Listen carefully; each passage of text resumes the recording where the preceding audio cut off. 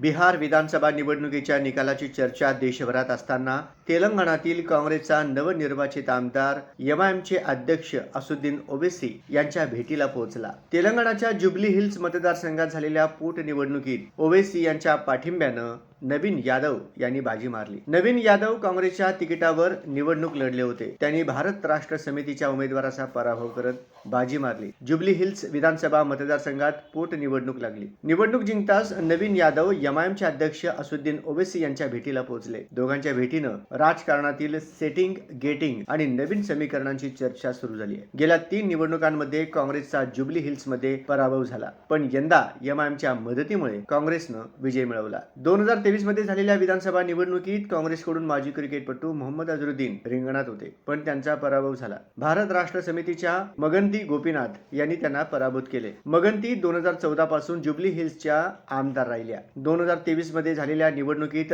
अझरुद्दीन यांनी 64,212 मतं घेतली होती, पण बीआरएसच्या तिकिटावर लढत गोपीनाथ यांनी 80,559 मतं घेतली. त्यावेळी एमआयएमच्या उमेदवारानं 7,848 मतं मिळवली. आमदार मगंती गोपीनाथ यांच्या निधनानं जुबली हिल्समध्ये पोटनिवडणूक लागली. बीआरएसनं मगंती यांच्या निकटवर्तीय मगंती सुनीता यांना उमेदवारी दिली. या निवडणुकीत काँग्रेसचे नवीन यादव, बीआरएसच्या मगंती सुनीता आणि भाजपचे लंकाला दीपक रेड्डी यांच्यात लढत झाली. जुबली हिल्समधील बीआरएसच्या वर्चस्वाला शह देण्यासाठी तेलंगणाचे मुख्यमंत्री रेवंत रेड्डी आणि उमेदवार नवीन यादव यांनी डावपेच आखले. बिहारमध्ये केलेली चूक टाळण्यात आली. या जागेवर उमेदवार देऊ नका अशी विनंती नवीन यादव यांनी ओवैसींना केली. ओवैसी तयार झाले. त्यांनी उमेदवार दिला नाही. त्याचा फायदा यादव यांना झाला. काँग्रेस आणि बीआरएस मध्ये थेट लढत झाली. त्यात काँग्रेसनं बाजी मारली आणि बीआरएसच्या बालेकिल्ल्याला सुरुंग लावला.